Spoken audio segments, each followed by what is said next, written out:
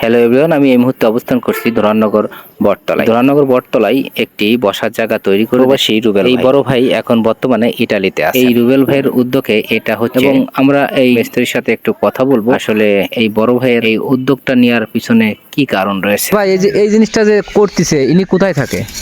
ইটালিতে থাকে। আর কি মাঠে যারা কাজ বাজ করে আসে অনেক প্রতিদিন ক্লান্ত হয়ে যায়, হ্যাঁ। এখানে এসে বসতে পারে। মানে এরকম বসার জায়গা কয়টা করছে? মোট হলো 4টা করছে। 4টা করছে। আর কল কয়টা দিছে?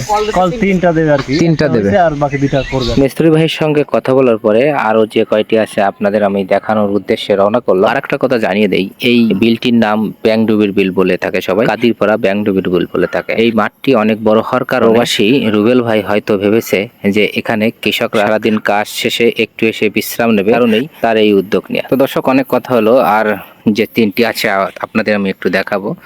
দেখতে দেখতে আমি চলে আসলাম, এই যে একটা দেখতে পাচ্ছেন এবং তার পাশেই আরেকটি। এই ব্যাংডুবির বিলের পাশাপাশি 3টি দেওয়া হয়েছে। এই যে ব্যাংডুবির বিল মেন যে বিলটা, এই বিলটাই একটা দিয়েছে এবং তার পাশেই একটি কল দিয়েছে, দেখতে পাচ্ছেন এই যে সেই কলটি। ধন্যবাদ প্রিয় রুবেল ভাই, আপনার জন্য শুভকামনা রইল।